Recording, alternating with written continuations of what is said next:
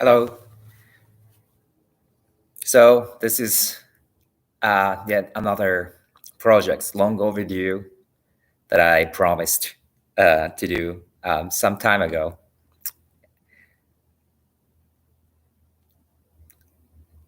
It's been a humbling experience to serve Sozenji Buddhist temple community and being a guiding teacher of Rocky Mountain Zen.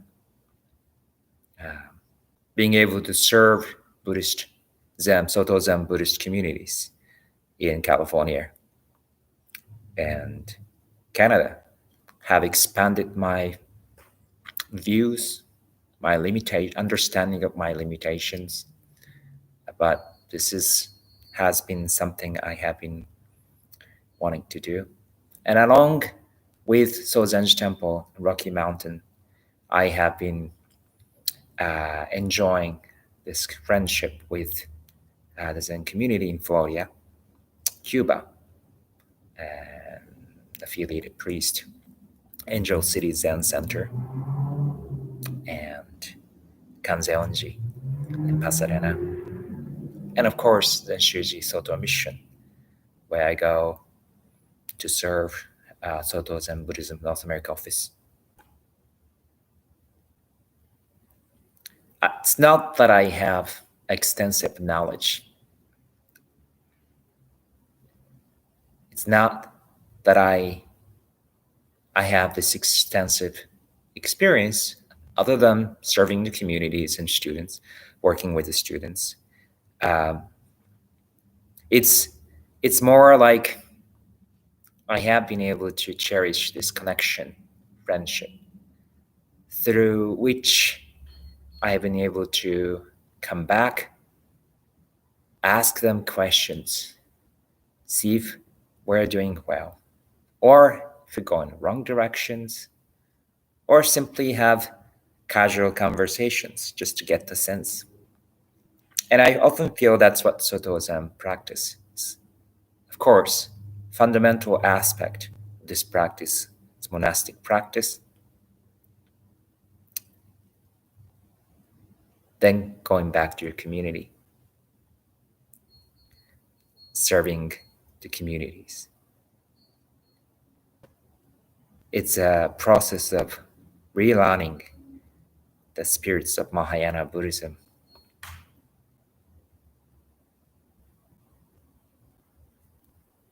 with all the, let's see, the trials and errors and success.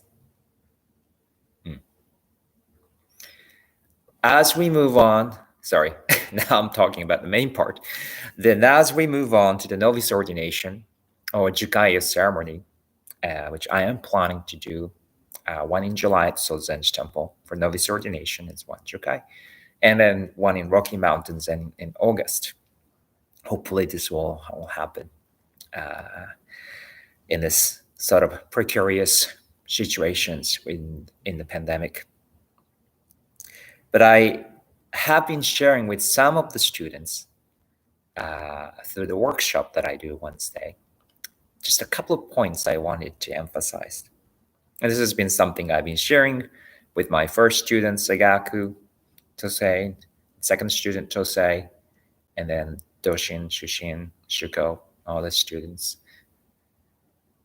As we take the precepts, we always start with taking refuge in Buddha, Dharma, and Sangha. We take refuge in Buddha. Yes. We take refuge in Dharma, the teaching. And then we take refuge in Sangha. In Soto Shu, every time we chant sutras, at the end, we extend the merit to all Buddha's teachings and Sanghas.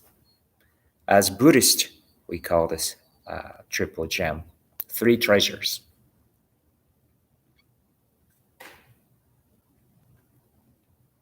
In reality, we have different views orientations, political views, social norm, cultural difference, because we live with these views of relativity, which help us determine what's right and what's wrong, what's good, what's bad, according to what we grew up with, which is subject to change.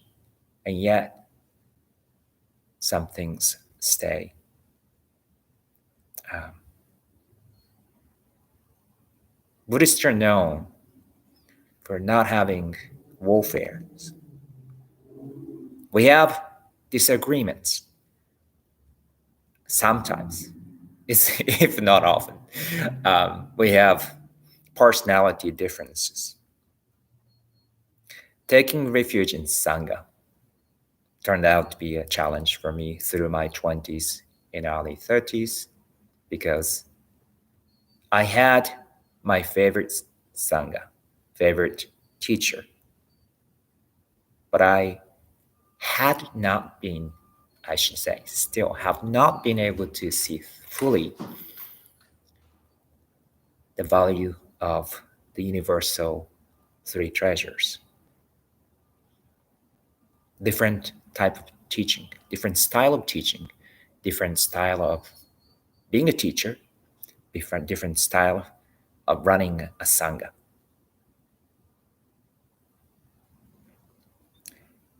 Taking refuge in Sangha reveals your ego tremendously.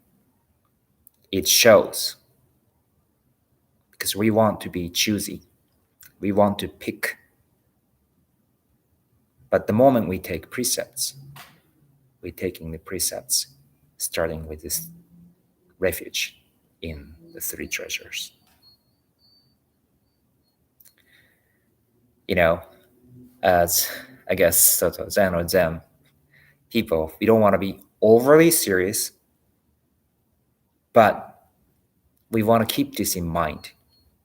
We want to keep this in mind even when we are gossiping, when we are sometimes criticizing others, even when we are in huge disagreement. This stays. And this actually helps us understand the precepts a little bit better. Actually, the process that comes before taking the precepts, which is taking repentance. I've just recently learned, or teacher talking about the importance of understanding the repentance that comes before the precepts. Unless we understand the nature of our ignorance, the nature of our greed, that is, and nature of anger, it's hard to understand what it means to take repentance. And therefore, it is difficult to understand what it means to take precepts. Nothing stops you from taking novice ordination or doing jukai, as long as the person is committed to taking refuge in the three treasures.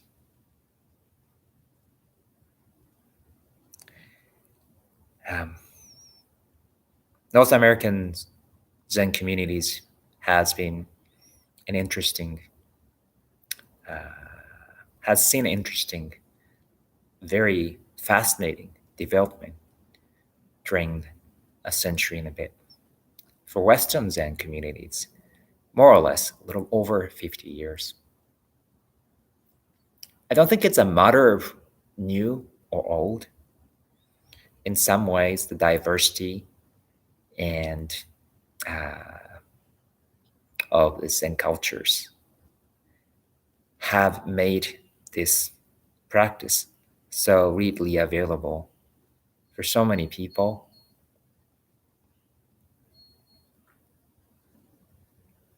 I appreciate the fact that people do care and people find value in the practice. And yet, when their faith in this practice or when their approach in one particular practice gets strong, we start to forget sometimes, myself included, is a strong reflection uh, that I have to keep in mind, that we forget that we are Buddhist. And being a Buddhist means we have taken refuge in the three treasures. So, anyway, I'm sorry. I think I was just repeating this a few times. uh, Thank you for letting me share uh, my thoughts and I guess what I've learning and I am learning. Like I said, it's not like I know the whole thing. It's just that we all try to see and stay connected with the source. Maybe that's why I gave Ryugen, the Dharma name, unclouded source. When there's streams, like the water stays clear, like the creek. When it kind of get stagnated, a little get muddy. So yeah, the same thing can be said with the teacher-student relationship. Please don't get stuck with me. Please don't get stuck with your teacher. Please see through your teachers. Please see through the ancestors. And that, I believe, is the same message Shakyamuni Buddha himself was sharing with his students. And I think that's the beauty, being a Buddhist, being a Zen practitioners, of being in that sort of tradition practice. Anyway, thank you very much.